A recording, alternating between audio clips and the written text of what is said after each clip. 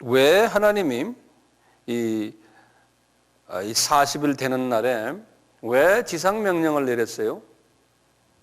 우리가 이제 지상명령 이렇게 내릴 때 보면은 그냥 단편적으로 이렇게 예수님이 내려서 나가서 많이 전하라 그러는 것 같다. 이제 그 말씀이지. 근데 이럴 때마다 우리는 항상 눈이 거기에만 이렇게 간다고요. 그럴 때 이제 눈을 좀 크게 뜨고 왜 이 명령을 내렸을까 하면은 다시 우리가 이제 쭉 해서 아브라함을 한번 돌아가 보는 거예요. 그 다음에 여자의 후손 창세기 3장 15절까지 가보면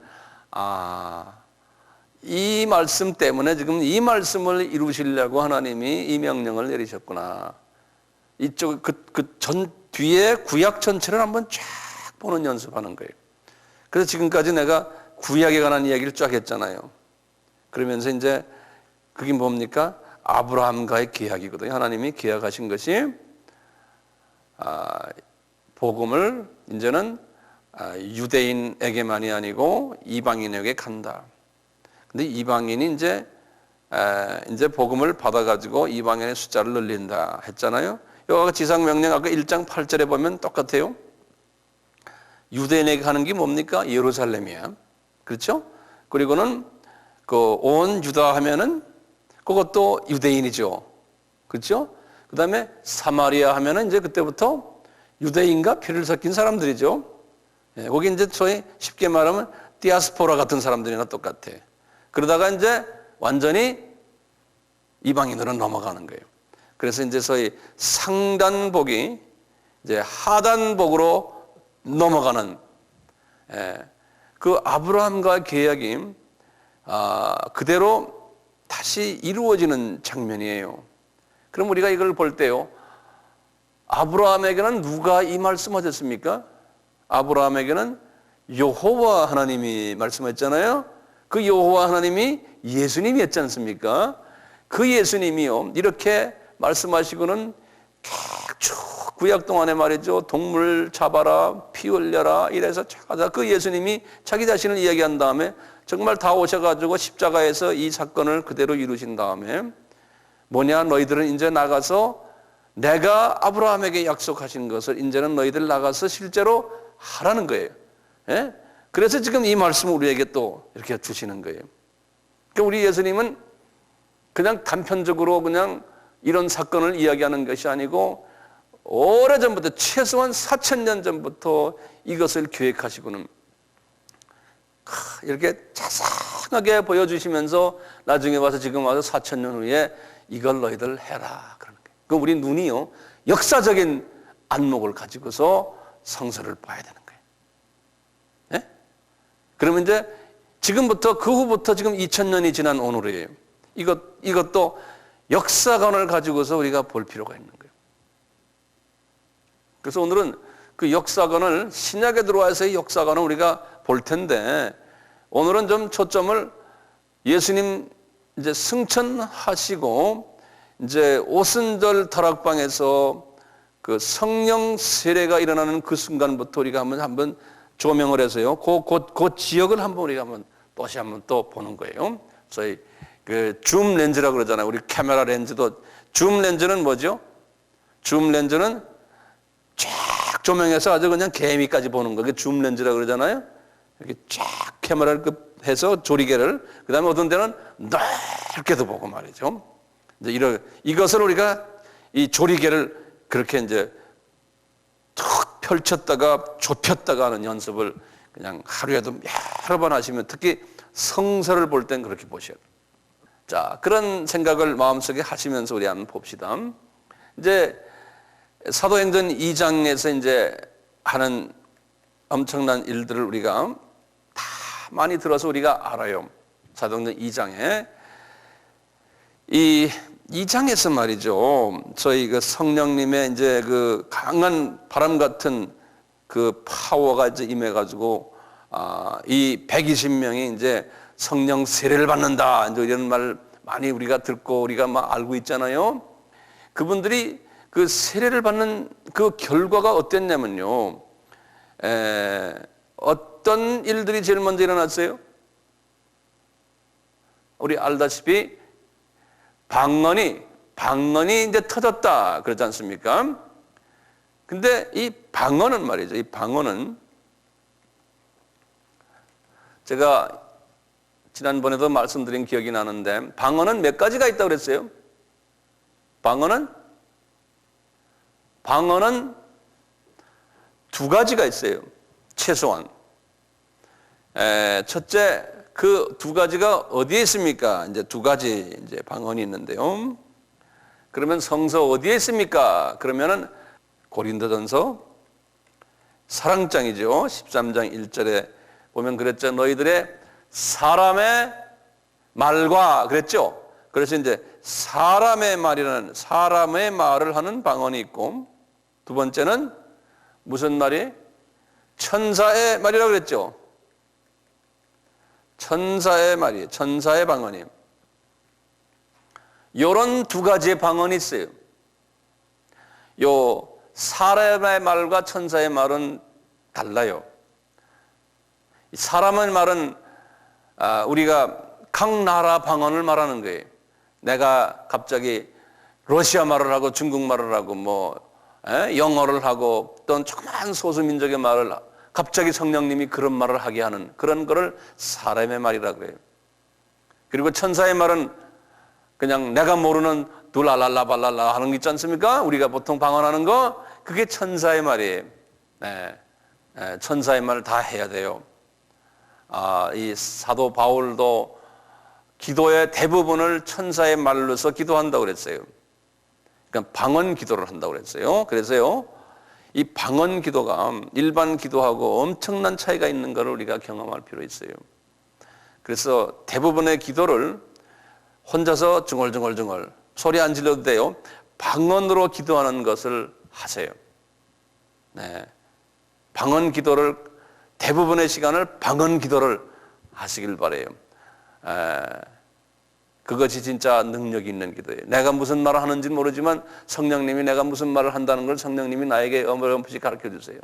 예를 들어서 내가 이제 성령님이 있다가 내가 예를 들어서 저 선교사를 위해서 내가 기도해야지. 그러면 방언이 막 나와요. 나오면 성령님은 내가 하고 싶어하는 말보다도 성령님이 저 선교사를 위해서 하고 싶어하는 말, 듣고 싶어하는 말을 내가 다다다 해주는 거예요. 그러니까 성령님이 탄식하는 그 모습으로 위에서 기도해 주니까 이 기도가 내가 말하는 기도보다 훨씬 더 파워가 있죠. 그래서 사도 바울도 기도할 때는 방언으로 기도했다고 그랬어요. 고린도전서 14장에 보면 내가 누구보다도 더 방언으로 내가 기도한다 그랬어요. 자, 이 사람의 말은요 달라요. 이것은 전도형이에요. 전도형 방언이에요. 내가 언젠가는 말씀을 드린 기억이 나지만 제가 오래전 이야기인데요. 한 15년 됐나요? 정확히 모르겠는데 이 한국 학생들과 백인들과 이렇게 모아놓고 젊은이들인데 내가 좀 성경을 가르치는 집회를 했는데요. 기도원에서 미국 쪽에서 일어난 일, 그러니까 카나다 쪽에서 일어난 일이네 지금 생각하니까. 근데 이제 마지막 날 되는데 부모님들이 아이들을 이제 데리러 왔어요. 차 가지고. 근데 갑자기 거기 미국 아이 하나가 한국말로 막 방언하는 거예요. 미국 아이 하나가. 그러니까 백인 아이가요. 그러니까 거기 이제 아이들 데리고 왔던 부모님들이 옆에서 이제 마지막 종강 예배를 지금 하고 있는데 갑자기 백인 아이가 한국말을 또렷하게 하니까 그 중에 아버지 하나가 깜짝 놀래가지고요. 그 아버지가 예수 안 믿는 사람이에요. 어머니는 열심히 하는데 그 아버지는 예수 안 믿는 사람인데 그 모습을 보고 놀래가지고 그분이 나중에 교회 나오게 됐어요. 야, 이런 일이냐? 제가 어떻게 한국말 저렇게 잘하느냐? 끝난 다음에 한국말로 물어보니까 이 형제는 이 백인아는 전혀 몰라요, 한국말. 성령님이 그렇게 만드셔서 그분을 주님께 인도하기 위해서 그런 역사를 일으킨 걸 우리가 볼 수 있었어요. 똑같아요. 여기도 마찬가지예요. 여기도 지금요, 이 예루살렘 이 교회가 탄생하기 전에 지금 이 방언 역사가 나왔는데 이 방언은 천사의 말 방언이 아니었어요. 우리는 일반적으로 그렇게 알고 있죠? 아니죠. 그렇죠? 어디 말이에요? 사람의 방언을 한 거예요. 사람의 말. 사람의 말이에요. 그래서 이제 우리 오순절 그 계통 사람들은 오순절 날에 일어났던 방언이 이 천사의 말로 생각하고는요. 누구든지 다 이제 방언을 다다다다 해야 된다라고 믿는데 하면 좋죠. 근데 이건 다 방언은 은사거든요. 은사. 우리 약 한 30가지 은사 아닙니까? 30가지 은사이기 때문에요. 은사라는 거는 모든 사람이 다 30가지 은사를 다 가지는 게 아니에요. 하나님이 어떤 사람에게는 그 소수의 은사를 주고 어떤 사람에게는 30가지 다 주는 사람은 거의 없죠. 그러니까 은사라는 것은 하나님이 주시는 무료 선물이기 때문에 그래서 free gift라고 그래요. The gift of the Holy Spirit. 그래서 하나님이 주신 선물이거든요. 그러니까 모든 선물을 누구에게 다 주는 게 아니에요. 그러니까 이 방언은 모든 사람이 다 받는 게 아니라니까. 그런데 이제 오순절 계통에 이제 좀 강한 그 오순절 계통의 사람들 중에는 그러죠. 은사 중에 이 방언의 은사는 이 봐라 이게 오순절 때 이 사도행전 2장에는 다 받았지 않느냐? 그러니까 무조건 다 받아야 된다네. 성령 세례 받으면 무조건 방언이 터져야 된다 하는데 아니죠. 이 방언은 천사의 말 방언이 아니었거든요. 전도형 방언이었거든요. 네. 그러니까 방언을 할 수도 있고 안 할 수도 있는 거예요. 제가 아는 유명한 그 세계적인 유명한 신학자들 중에요. 방언 못하는 사람 많아요. 그런데 이분들은 티칭 잘하고 다른 영성이 다른 부분에 강하고 이렇죠. 방언은 못하는데 그러니까 이분들은 자기 방언 못하는 거 that's fine 그러는 거예요. 왜? 이건 은사 중에 하나이기 때문에 나한테는 그 은사를 안 주셨다는 거예요. 그런데 이제 그 사도 바울 같지요. 선교지에 나가서 막 그냥 전투를 해야 되는 사람이니까 하나님이 방언 은사를 주셨어요. 그분에게는. 네. 그 방언 은사를 받으면 좋지요. 지혜의 은사도 받으면 좋고 지식의 은사, 믿음의 은사 다 받으면 좋은데 안 받았다고 해서 나는 믿음이 없는 사람이라고까지는 말할 수가 없다는 거예요. 왜 그러면 이 사도행전 2장에서요. 이 성령의 그 세례가 떨어졌을 때 이 천사의 말보다는 사람의 말하는 방언을 줬을까요? 그건 하나님의 깊은 뜻이 있잖아요. 그렇죠? 왜 사람의 말? Why? 이미 하나님께서는 다 계획하셨던 거예요. 하나님이 아브라함과의 계획, 말씀을 보여주기 위해서 하나님께서 이걸 다 이루신 거예요. 우리 하나님은 이미 말이죠. 아브라함과의 계획은 뭐예요? 상단 복을 먼저 받는다고 그러지 않습니까? 예.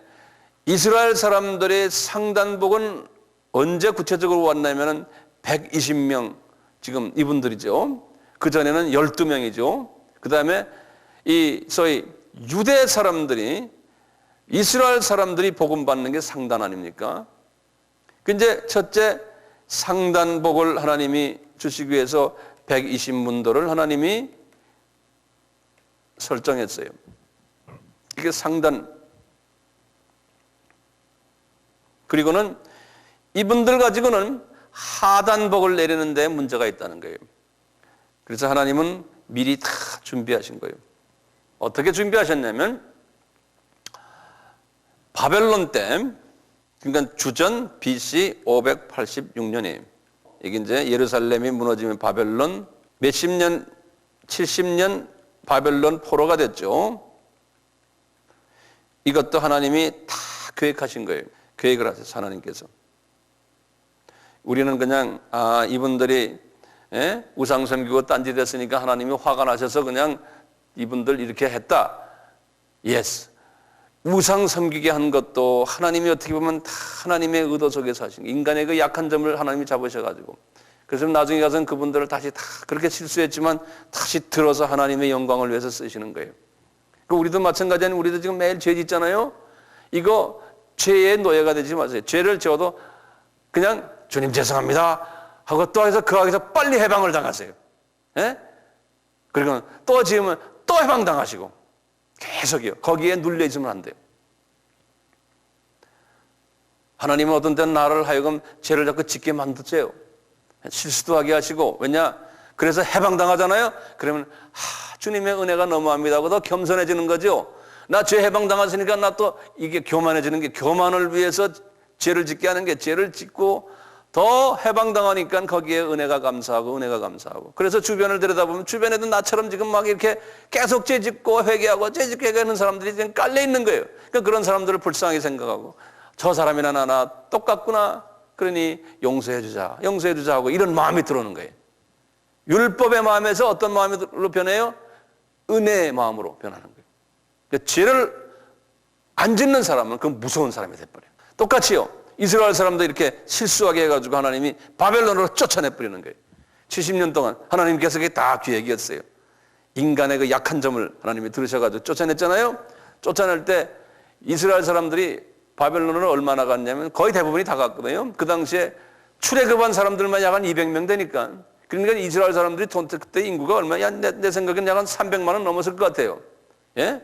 최소한 300만 명의 이스라엘 사람들이 전부 포로로 잡혀갔어요. 그래서 바벨론 왕국이니까 지금의 이란, 지금의 이락, 사우디아라비아, 시리아 이 지역의 전부가 그분들이 통치하던 바벨론 왕국이었거든요. 이스라엘 말할 거 없고 이 중동 전역을 말이죠. 이스라엘 사람들은 하나님이 다 흐트러버린 거예요. 흐트러버리고 70년 동안 그냥 외방에 가서 끝이 나게 하다가 나중에 70년이 딱 됐을 때 이스라엘 나라에 들어온 사람들은 5만 명밖에 안 돼요. 5만 명밖에 안 돼요. 그러니까요, 300만 명 정도 나갔던 분들 중에서 5만 명만 들어왔으니 말이죠. 나머지 분들은 다 어디 갔겠어요? 전부 중동 지역을 흩어져서 살았어요. 이스라엘로 돌아가는 여유를 다 줬고 다 하나님이 기회도 줬는데 안 돌아갔어요. 이스라엘 사람들이. 그것도 하나님이 계획이에요. 왜 안 돌아갔을까요? 이분들은 이미 벌써 70년이면 말이에요. 70년이면 어떻게 되냐면은 이스라엘 문화를 다 잊어버릴 때예요. 후손들이. 일본 교포들 보세요. 그렇잖아요. 여기 가까이 사는데도 일본 교포들 보세요. 70년 됐습니까? 우리나라가 한일 합방되고 70년 넘었잖아요. 예? 예. 그러니까 보세요. 일본 교포들 시기 돼버리는 게. 일본 사람이 이제는. 예? 그것이 똑같아요. 70년 정도 지나가면 벌써 3세, 4세가 나오거든요. 그러니까 이스라엘 나라로 돌아가라도 안 돌아가요. 이미 그 지역에 이제서 그 지역 사람이 돼버린 거예요. 피만 유대인 피지. 하나님이 의도적으로 그렇게 해놓은 거예요. 그러니까 안 돌아가는 거예요. 말도 잊어버리고. 네. 그러면서 디아스포라들이 된 거예요. 디아스포라들이. 그래서 우리가 그걸 흩어진 유대인들을 디아스포라라고 그러죠. 이건 제가 가끔 이 말 쓰잖아요. 그 디아스포라라고 그래요. 이 흩어진 이방인들. 이 흩어진 이방인들을 하나님이 어떻게 해놨냐면 이 사람들이 모세를 통해 가지고 하나님이 7절기를 주셨거든요. 7절기. 이거 다 예수님에 관한 이야기거든요. 예수님의 초림과 그 다음에 7절기 내용을 이제 제가 아주 자세하게 이제 장시간 제가 이야기할 기회가 이거 와요. 이 7절기를 보면 예수님의 초림과 그 다음에 이방인의 숫자를 채우는 그 기간과 그 기간이 다 끝나면 예수님이 재림이 온다는 이것을 7절기를 다 설명해 놨어요. 예. 그래서 7절기 보면 처음에 말이죠.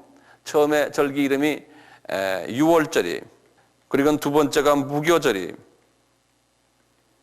세 번째가 초실절이에요. 초실절, 아까 우리 예수님의 부활과 관계됐다고 그랬죠. 그리고는 가다가 오순절이 있어요. 순서대로예요, 순서대로. 그 다음에 이제 오순절 다음에 이제 나팔절이 있어요.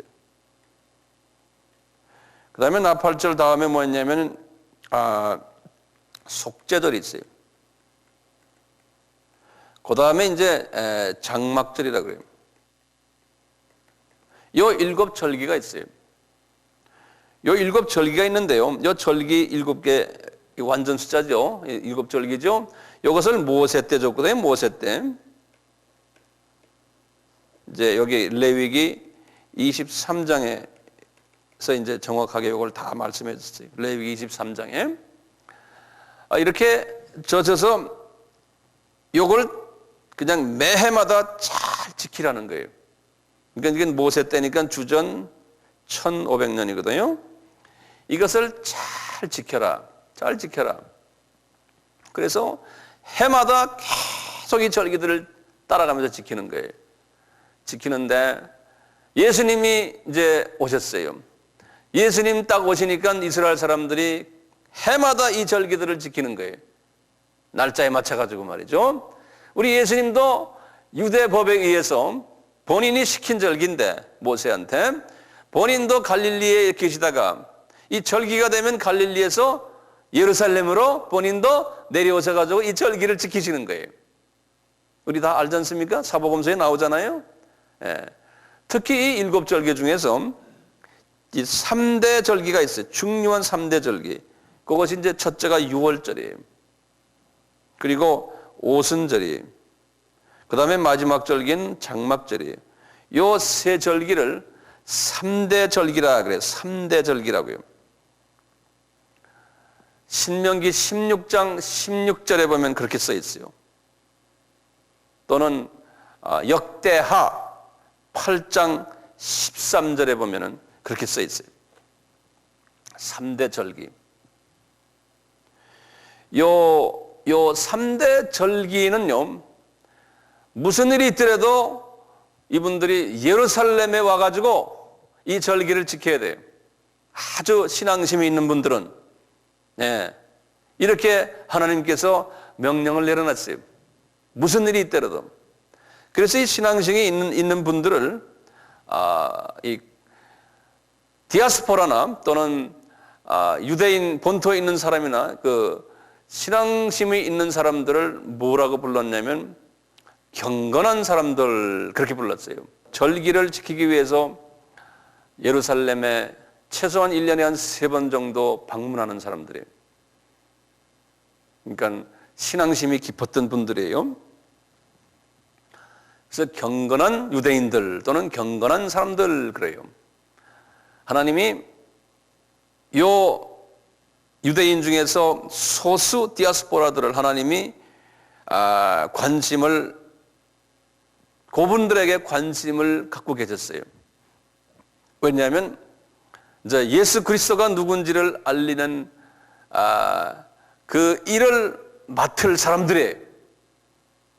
그래서 그분들을 하나님이 6월절 때 예수님이 십자가에 달리시는 그 때가 6월절이었지 않습니까? 지금 6월절 그때 예수님이 3년 공생애 동안에 6월절을 4번 지켰어요. 4번을 지키셨거든요. 그런데 6월절 때 예수님께서 6월절 지키라 내려오시면서 정확하게 그 6월절 때 예수님이 십자가에서 죽으셨죠. 그렇지 않습니까? 그리고 이분이 이제 3일 만에 살아나시고, 그게 이제 초실절인데 살아나시는 게, 초실절 때 살아나셔가지고 40일 동안 지내시다가 이분이 이제 마음속에 있는 거예요. 오순절 날에 내가 큰 일을 치르리라. 예수님이 마음속에 계셨던 거예요. 왜냐?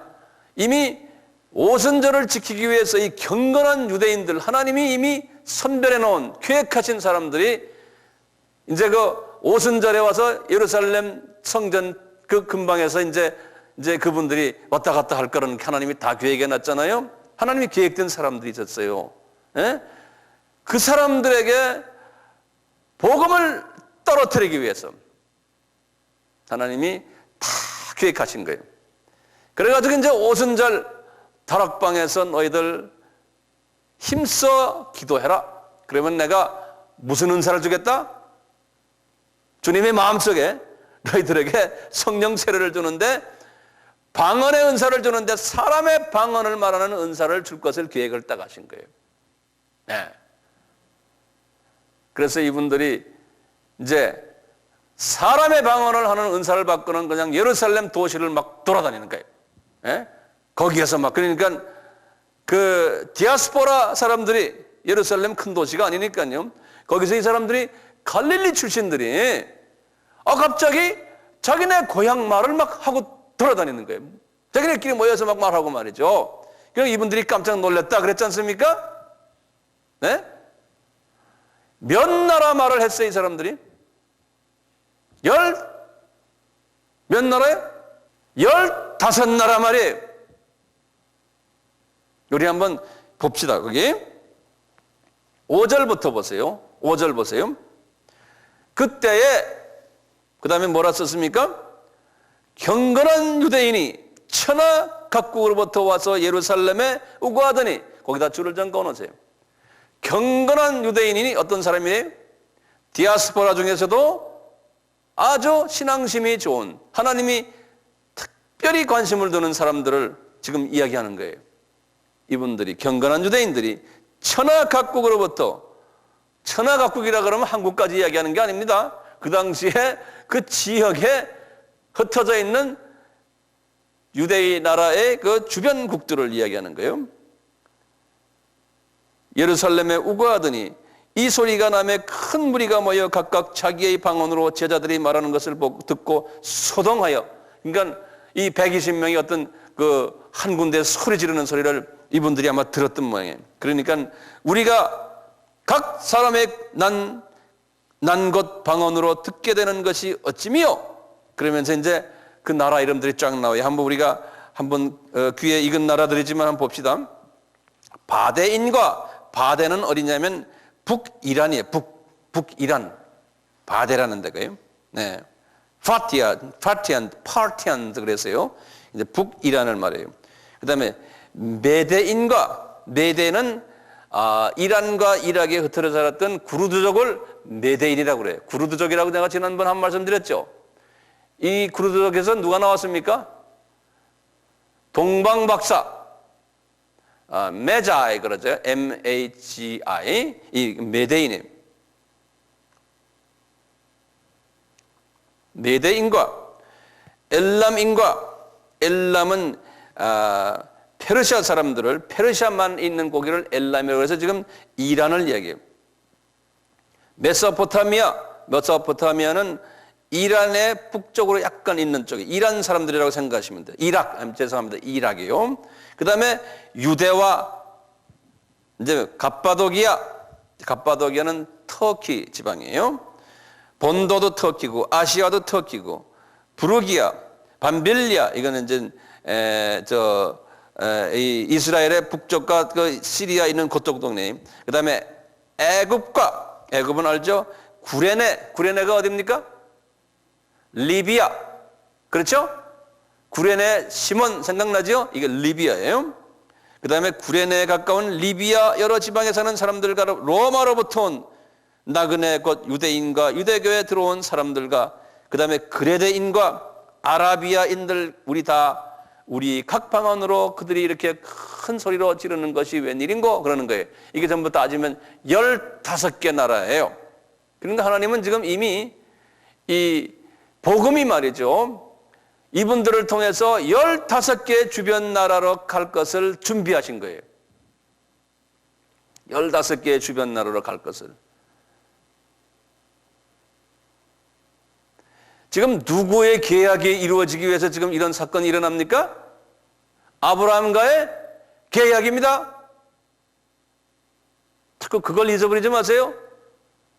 아브라함과의 계약을 이루시기 위해서, 아브라함과의 계약은 뭡니까?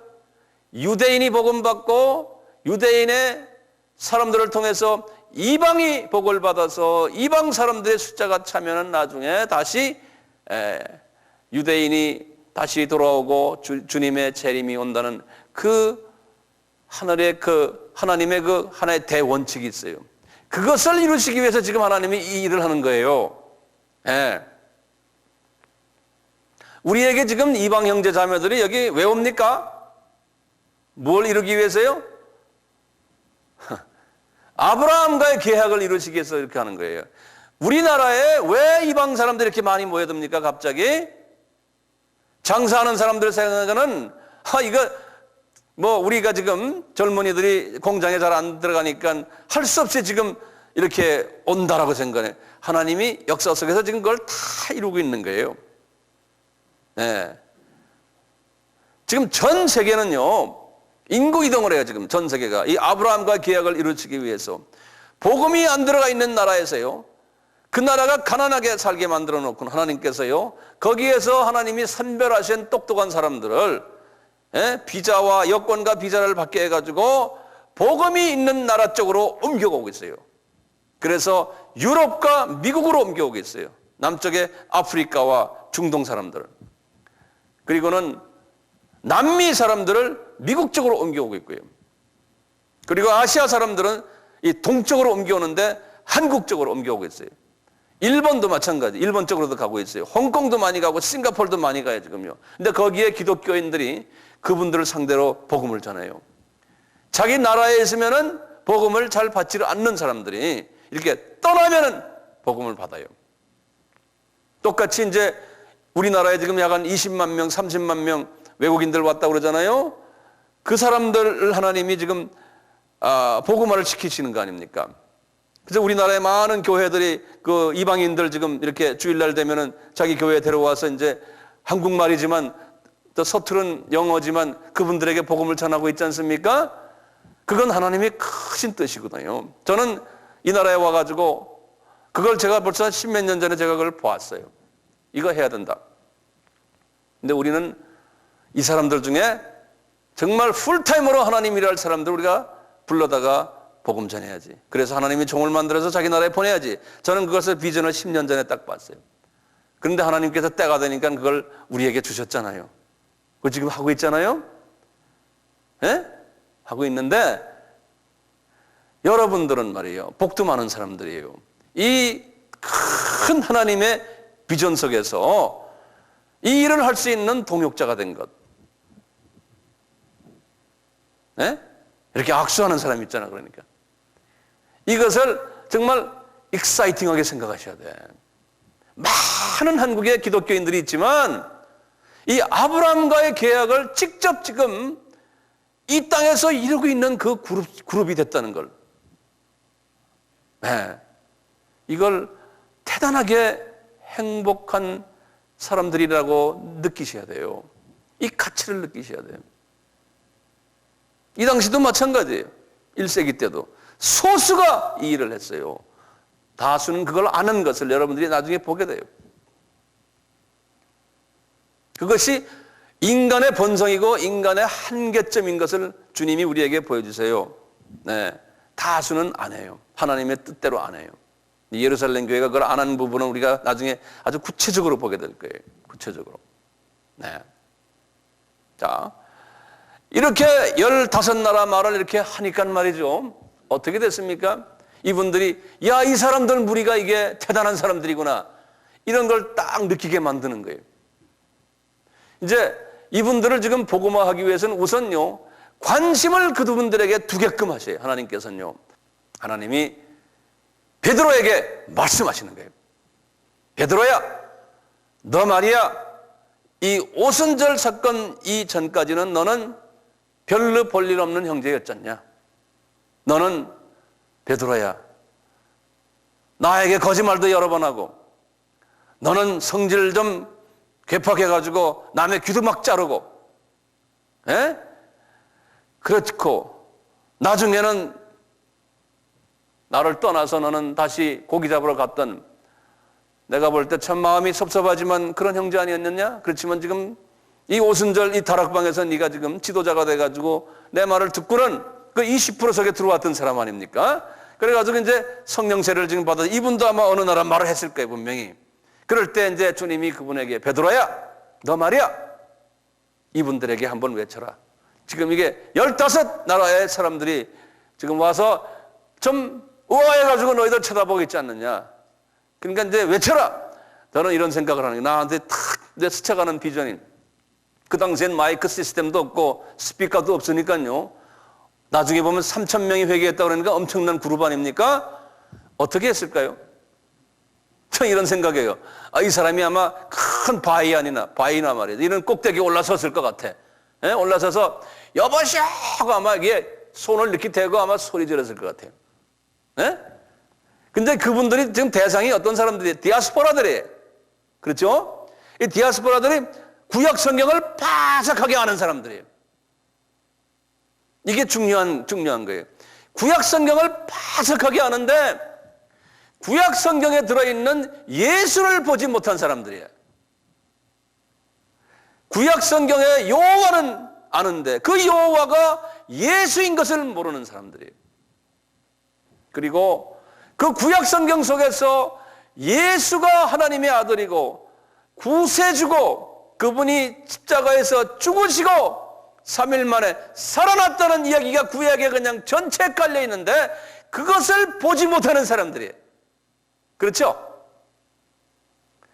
이런 사람들에게 베드로가 설교를 하는 거예요. 그러면 설교를 어떤 제목으로 설교할까요? 구약에 나타난 그 여호와가 예수다라는 것을 이야기하는 설교예요. 그러니까요, 이 설교는요, 모든 설교가 결론적으로는 예수님, 예수 이야기를 해줘야 되는 거예요. 그 다음에 아브라함과의 계약을 이야기해 줘야 되는 거예요. 예수님이 계약하신 그걸 직접 간접으로. 그래가지고 14절부터 36절까지가 그 유명한 베드로의 설교예요. 그 유명한 베드로의 설교예요. 그래서 이제 우리 신학교에서 이 설교학을 가르칠 때요. 제가 신학교에서 설교학을 한 10년을 제가 가르쳤어요. 그럴 때마다 설교학 원문에 설교학 그 교과서에 말이죠. 아주 대표적인 가장 성서적인 설교하면서 베드로의 이 설교를 먼저 인용을 해요. 사도행전 2장 14절에서 몇 절까지요? 16절까지. 이것도 절수도 외우실 필요가 있습니다. 예. 이 설교의 내용을 딱 보면 아주 간단해요. 예수에 관한 이야기. 그 내용을 하나하나 좀 정돈하면서 갑시다. 짧은 시간 내에. 첫째, 이 내용은 상대가 누굽니까? 디아스포라 유대인들이에요. 성경을 잘 아는 분들이에요. 그러니까 이분들이 무엇을 이 베드로가 뭘 얘기하냐면 구약 성경을 인용하면서 그들에게 예수가 하나님이시고 그분이 죽으셨다가 살아났다는 것을, 그분이 만유의 주라는 것을 설명하는 거예요. 구약 성경을 열어가지고. 그게 베드로의 설교예요. 그러니까 설교는요, 듣는 사람들의 그 백그라운드에 맞춰가지고 설교를 해줘야 돼요. 설교는요, 엉뚱한 이야기 하면 안 돼요. 예화도 그렇게 되는 거예요. 이 사람들은 구약 성경을 바삭하게 아는 사람들이에요. 근데 잘못 알고 있는 사람들에게 정확하게 그 구약 성경의 내용이 뭐라는 것을 설명해 주는 거예요. 그래서 첫째 뭐냐면 요엘서를 인용하시는 거예요. 요엘서 2장 28절에서 32절에 그 요엘에게 주신 그 하나님의 예언이 지금 오늘날 이루어졌다 하시면서 그냥 말씀하시는 거죠. 뭐냐? 이 사람들아 우리가 술 취한 것이 아니다 그러면서요, 이것은 곧 선지자 요엘로 말씀하신 것이 일어나야 된다는 거예요. 그 말씀이 지금 현실적으로 여기에 지금 일어났다는 거예요. 그러면서 우리 다 아는 말이죠. 하나님이 가라사대 말세 내가 내 영으로 모든 육체에 부어주리니. 17절이에요. 너희의 자녀들은 예언할 것이요 너희의 젊은이들은 환상을 보고 너희의 늙은이들은 꿈을 꾸리니 그때 내가 내 영으로 내 남종과 여종들에게 부어주리니 너희가 예언할 것이요. 이러면서 쫙 요엘서 지금 2장 28절에서 몇 절이요? 32절의 말씀을 그냥 인용하는 거예요. 신기한 것은요, 나는 이렇게 이 말씀을 이렇게 읽으면서 하나님, 베드로는 어부 출신이고 이 경건한 이 유대인들처럼 구약 성경을 바삭하게 아는 사람이 아니지 않습니까? 베드로는 교육 안 받은 사람이고 전혀 구약에 대해서 별로 아는 바가 없는 사람이에요. 그런데 하나님이 이분에게 그냥 영적인 통찰력을 주고 지혜의 은사를 줘가지고, 이 지혜의 은사를 언제 받았어요? 설교의 은사를 언제 받았어요? 오순절 다락방에서 받은 거예요. 오순절 다락방에서. 그래서 성령 세례를 받으면 이 지혜의 은사가 생겨나는 거예요. 구약 성경을 딱 보면 그 속에 예수 그리스도가 거기서 보이는 거예요. 예, 이 베드로는 그걸 보신 거예요. 과거에는 보지를 못했어요. 그러면서 이것은 구약 성경의 요엘서의 말씀이 이루어지기 위해서 우리가 지금 이런 경험을 하고 있다 그러는 거예요. 그러니까 이분들이 구약에 나오는 요엘서 내용을 바삭하게 아는 사람들이 볼 때 아하 그게 그래? 하고 어느 정도 지금 마음이 약간 이제 이분들의 생각엔 저 어부 출신이 말이야. 예? 갈릴리 사람이면 우리가 갈세하는 사람들인데 어부 출신이 저 사람이 말이에요. 어떻게 구약 성경을 그냥 토시 하나도 틀리지 않고 그대로 막 인용하느냐 이거예요. 예? 놀랄 일이다. 네, 이렇게까지 간 거예요. 그리고는 성령님이 계속해서 이야기하는 거예요. 계속해서 이야기하는 그 장면이 우리 아까 시편 16편 우리 아까 8절에서 11절까지 있죠? 그 말씀을 인용하시는 거예요. 베드로가. 왜 그럴까요? 사람들이 그러는 거예요. 예수 그리스도 언제 지금 이 날이 오순절 날이죠. 그러니까 50일 전에 예수 그리스도가 부활했어요. 똑같은 그 예루살렘 도시에서 50일 전에 53일 전에 십자가에서 죽으셨죠. 그래요 안 그래요? 그렇죠? 십자가에서 죽으셨다는 이야기는 이 사람들이 벌써 6월절 때부터 와서 그 동네를 돌아다녔기 때문에 다 아는 거예요. 이 사람들이. 예? 그리고는 이분이 3일 만에 무덤에서 부활했다는 소식도 이 사람 저 사람 통해서 들었어요. 어떤 사람은 그게 거짓말이라는 말도 있고요. 그러니까 여러 가지 루머가 퍼져 있는 상황 속에서 이제 성령님이 이분을 통해서 하시는 말씀. 여보시오, 53일 전에 죽으신 그 예수, 갈릴리 예수가 여러분들 부활했수다. 그러니까 이 말은 천년 전에 다윗에게 하신 말씀 이루기 위해서 이미 하셨단다. 그러면서 시편 16편을 인용을 하는 거예요. 그러면서 이분이 어떻게 하시는지 설교를요, 현장 설명을 해주는 거예요. 이렇게 설명하는 거예요. 그래서 우리 설교도 그런 식으로 설교를 해야 되는 거예요. 현장 설교. 어떻게 하느냐. 여보시오, 저기서 저 동네 한번 보시오. 그런데 예루살렘에서 이렇게 보면은 같은 도시 안이지만 저쪽 이제 약간 서남 쪽에 보면요. 예루살렘 성전은 서남 쪽에 내 생각엔 한 2km도 안 되는 한 1km 될까요? 거기에 다윗 무덤이 있어요. 여보세요. 1000년 전에 죽은 그 다윗이 지금 저 무덤에 우리가 참배가지 않습니까? 여러분들 갔다 왔잖아요. 이번에도 그 다윗 무덤에서 그 뼈랑 아직 그대로 있지 않습니까? 우리가 있다고 생각하고 가지 않습니까? 다윗이 부활했다는 이야기 여러분들 들어봤습니까? 부활했으면 여러분들은 왜 거기 가서 참배합니까? 다윗은 부활한 못했습니다.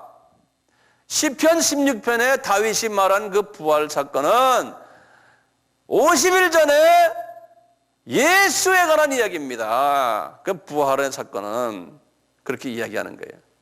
그러면서 여러분들 이 뒤편은 뭐예요? 서북 쪽이에요. 거기가 이제 골고다가 예수님이 십자가 사건이 있는 서북 쪽에 한 2, 3km예요. 보면서 저기에서 50일 전에 예수가 부활했다는 소식 여러분들 들으셨죠? 예? 골고다 바로 옆에 보면 이제 예수님의 그 무덤이 있었거든요. 그분 지금 시체가 거기 없잖아요. 여러분들 다 알잖아. 시체가 없잖아요. 그러는 거예요. 그러니까 이분들이 현장에서 지금 자기네가 지금 경험하고 있는 사건을 구약 성경을 가지고 정확하게 이야기해 주니까 이분들이 깜짝 놀라는 거예요. 응? 깜짝 놀라는 거예요. 그래가지고 예수님이 그리스도시고 그분이 부활하신 분이다. 네. 이렇게 말씀하시는 거예요. 그분이 부활한 다음에 또 어떻게 한지 아세요? 그러면서 거기 지금 34절부터 그러는 거예요. 다윗에게 시편 110편 1장에 말씀하신 것을 인용하는 거예요. 그 뭐냐면 부활하신 이분이 하나님 아버지의 우편에 앉아 계시면서 이 원수들의 자기의 발등상에 대해서 발로 다 밟아버리는 이런 일을 하시는 분 하면서요. 거기 보면 시편 110편 1편에 그랬어요. 주께서 내 주에게 말씀하시기를, 이거 지금 다윗에게 말씀하신 거거든요. 다윗이, 그런데 그 다윗이 예수님이라는 거예요. 주께서 내 주에게 말씀하시기를, 34절입니다. 35절에 내가 내 원수로 내 발등상 되게 하기까지 너는 내 우편에 앉으리라 하셨으니, 그때 그 우편에 지금 앉아 계신 분이 승천해서 올라가서 앉은 분이 예수님이라는 거예요. 그러니까 구약에서 지금 110편에 인용했던 그 다윗의 그 다윗 모습이 예수님이었다는 거예요. 아까 시편 16편에 부활 이야기 나왔지 않습니까? 다 예수님이었던 거예요. 그러니까 이 경건한 유대인들이 구약을 가지고서 이렇게 정확하게 인용을 하니까요, 이분들이 거기에서 뒤로 나가 자빠지는 거예요. 그분들이 스스로 자빠지는 게 아니죠. 성령님이 이미 그분들을 이미 다 만세전에 택하셨어요. 뒤로 다 자빠지도록. 네? 이미 택하시고 예정하셔가지고 예루살렘에 보내셔서 오순절 사건을 통해서 이방말로 방언하도록 하고, 이분들로 하여금 마음문을 열고서 베드로의 설교 속에서 완전히 예수 그리스도를 다시 재조명하게 되고, 그리스도가 예수님이고 예수님이 그리스도였다는 것을, 기름 부음을 받으신 하나님의 아들이라는 것을 확인케 하는 거예요. 베드로의 설교를 통해서요. 그 확인을 딱 받은 다음에 이분들이 반응한 게 있죠. 37절에 그렇죠. 36절 보면 결론이죠. 그런즉 이스라엘 온 집이여 정령할지니 너희가 십자가에 못 박은 이 예수를 하나님이 주 그리스도가 되게 하셨단다. 그러니까 37절에 이분들이 그러죠. 저희가 이 말을 듣고 마음에 찔려. 이거 성령님이 마음을 찔리게 하는 거죠. 이미 준비된 사람들이. 베드로와 또 다른 사도들에게 물어가로되 형제들아 우리가 어찌할꼬 하거늘 베드로가 가로되 너희가 회개하여 각각 예수 그리스도의 이름으로 세례를 받고 죄사함을 얻으라. 그리하면 성령을 선물로 받으리니. 그러면서 이분들이 그 말에 순종해 가지고 41절에 그 말을 받은 사람들은 세례를 받음에 그날의 제자의 수가 3,000이나 되더라 그런 거예요. 네? 그러니까 이 베드로 한 분의 설교가, 이 베드로가 뭐 잘나서가 아니에요. 하나님이 계획하신 거예요. 이것도 1, 2년 동안 계획하신 게 아니에요. 벌써 이미 4,000년 동안 하나님이 계획하셔가지고 베드로를 하나의 도구로 쓰신 것뿐이지, 베드로가 잘나서가 아니라니까. 하나님이 무엇을 이루시기 위해서 계획하신 겁니까? 아브라함과의 계약, 그 전에 아담에게 하셨던 약속, 여자의 씨로 예수 그리스도가 오실 것을 말씀하신 그 말씀을 이루시기 위해서 하나님은 철저하게 역사 속에서 이 일을 지금 행하고 계신 거예요. 우리가 그건 그냥 과거의 역사로만 보지 마시고 오늘날도 주님이 하시는 일 보면요, 전부 계획하신 일을 하나님이 하나하나 이루시는 거예요. 지금 우리를 사용하셔가지고 하나님이 이 일을 지금 이루고 계신 거예요. 우리의 만남이 헛된 만남이 아니에요. 우리의 만남이 아브라함과 계약을 이루시기 위해서 하나님이 만나게 하셨고, 이 일을 위해서 우리는 최선을 다하고, 이 비전을 우리는 하나를 가지고, 이 비전 가지고 우리가 항상 공동체를, 같은 목적을 가지고, 한 목적을 가지고 우리는 같이 주님을 섬겨야 돼요. 이 비전이 흐트러지면 안 되는 거예요. 왜 여기에 이렇게 사람들 불러놓고 이 말씀을 듣게 하는가? 그 많은 사람들 중에서 하나님의 철저한 계획 속에서 움직이는 거예요. 저는 그렇게 보고 있어요. 그러니까 모든 것은 내가 잘나서가 아니고, 여러분들이 잘나서가 아니고, 여러분들이 운이 좋아서가 아니고, 내가 운이 좋아서가 아니고, 이건 철저한 하나님의 계획 속에서 움직여가는 거예요. 우리는 거기에 그냥 하나님의 계획 속에 그냥 하나의 도구로서만 사용받는 거예요. 그러니까 주님, 이것이 내가 하는 것이 아닙니다. 주님의 계획 속에서 주님이 하시오니 이것은 한마디로 말하면 하나님의 은혜입니다. 하나님의 은혜 때문에 나에게 무료로 이런 은혜를 주셨기에 우리가 이 말씀을 서로 나누며 이렇게 한자리에서 우리가 주님을 공동체로, 주님을 이 공동체 안에서 주님을 섬기게 한 이것은 주님의 은혜입니다. 앞으로 어떤 일이 일어날지도 모릅니다. 그렇지만 주여 저희들은 믿음을 가지고 주님이 선하게 저희들을 이 아브라함과 계약을 이루기 위해서 주님은 우리를 계속해서 사용하실 것을 우리는 믿고 있는 거예요. 그러니까 무슨 일이 일어나도 감사. 에? 주님 이루십시오. 이루십시오. 그러니까 이 큰 그릇을 우리가 볼 때 조그마한 일들 뭐 그냥 지지고 볶고 가는 것은 그게 그렇게 큰 문제가 아닌 거예요.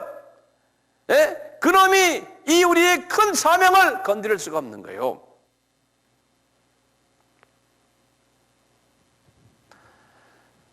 이렇게 해서 예루살렘 교회가 이제 생겨난 거예요.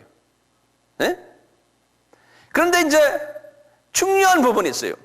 이 예루살렘 교회가요, 이제 숫자가 3,000명인데 어른들만 남자만 세거든요. 남자만요. 아이들과 부인 뭐 어머니 친척 이렇게 다 따지면 한 15,000명에서 2만 명 되는 교회가 된 거예요. 이제 이걸 잘 보세요. 이 예루살렘 교회가요, 어떤 특성이 있었냐면은 첫째요, 대형 교회였어요. 대형 교회. 두 번째는요, 예루살렘 교회는요, 열심 있는 도시교회예요. 도시, 시골 교회가 아니에요. 열심 있는 도시교회예요. 거기에다가요, 모범교회. 세 번째는 뭐였냐면요, 이 교회는 지도자들이요, 성령의 은사를 받은 사람들이었어요. 지도자들이. 그래서 어떤 은사를 가졌냐면 가르치는 은사를 가졌어요. 기도 열심히 하는 은사. 그 다음에 기사와 이적을 일으키는 은사. 전도 잘하는 은사. 그 다음에 열심히 모이는 교인들이었어요. 거기다가 찬송을 뜨겁게 하는 사람들이었어요.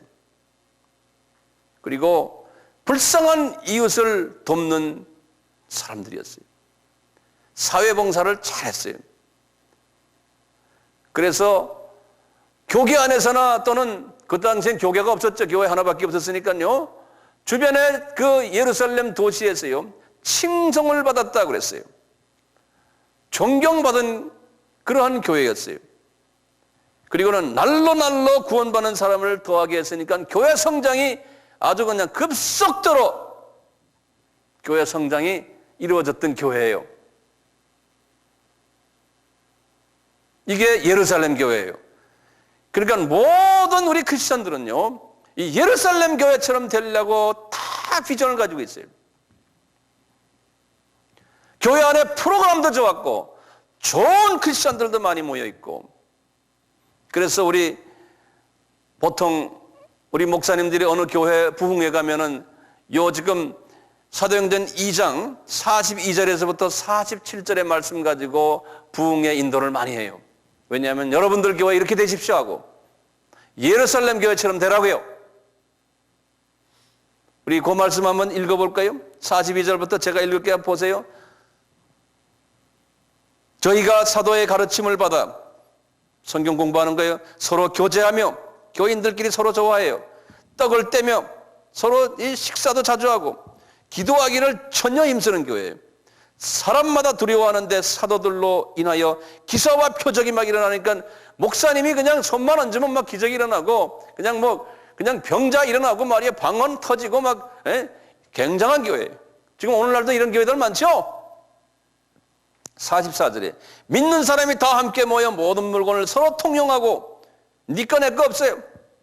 재산과 소유를 팔아 각 사람이 필요에 따라 나눠주고 날마다 마음을 같이하여 성전에 모이기를 힘쓰고 집에서 떡을 떼며, 이건 구역예배. 영어로는 from house to house 그랬어요. 다시 말하면 가정교회나 또는 구정예배예요. 이걸 잘했어요. 그래서 집에서 떡을 떼며 기쁨과 순전한 마음으로 음식을 먹고 하나님을 찬미하며 또 온 백성이 칭송을 받으니, 그 지역의 모든 사람들에게 칭송을 받으니 주께서 구원받는 사람들을 날마다 더하게 하시더라. 이게 예루살렘 교회. 예루살렘 교회의 특성이 이거예요. 대부분의 오늘날의 교회들이 이 예루살렘 교회처럼 되기를 원해요. 그래서 교회 성장하는 사람들은 예루살렘 교회 이렇게 하면은 우리 교회 성장한다는 거예요.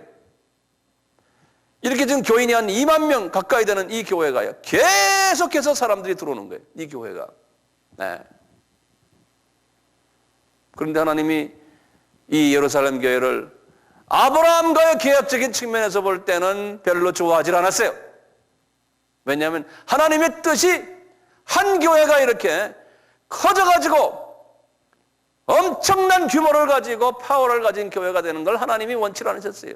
왜냐하면 사람이 모여서 예수 이름으로 이렇게 커지면은 나중에 딴짓을 한다는 거예요. 사람은.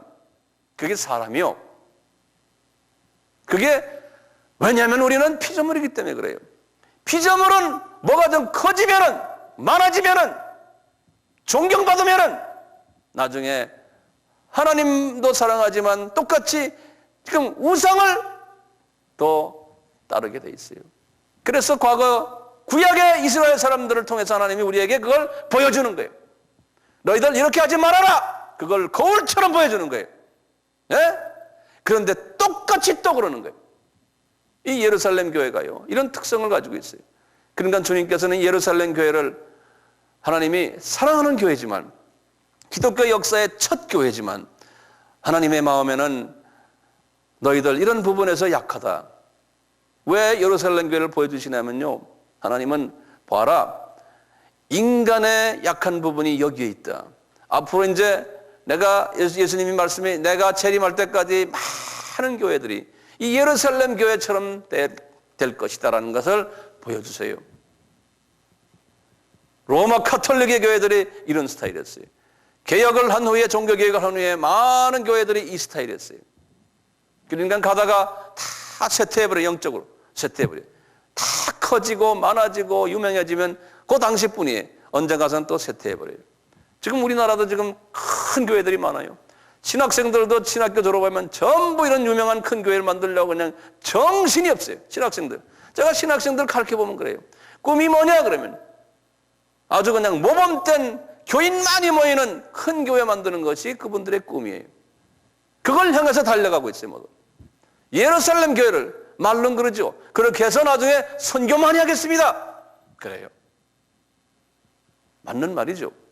지금까지 예루살렘 교회에 대한 이야기를 이제 서론적인 말씀을 드렸어요.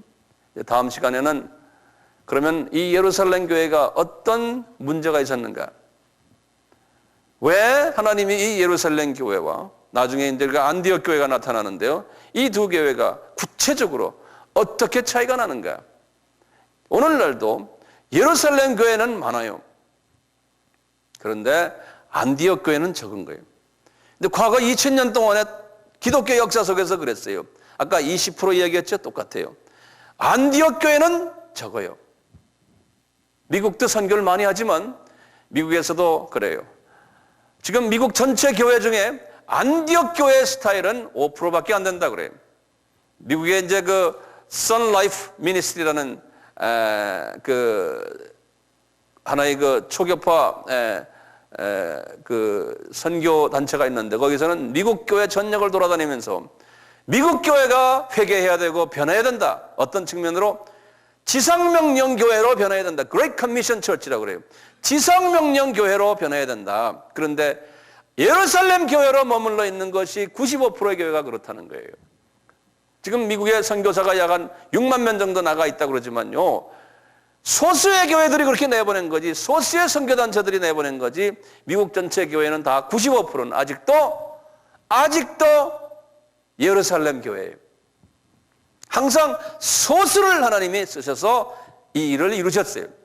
우리나라도 마찬가지예요. 한국도 지금 선교를 많이 하지만요, 전적으로 안디옥 교회의 스타일은 많지 않다고 저는 생각하고 있어요.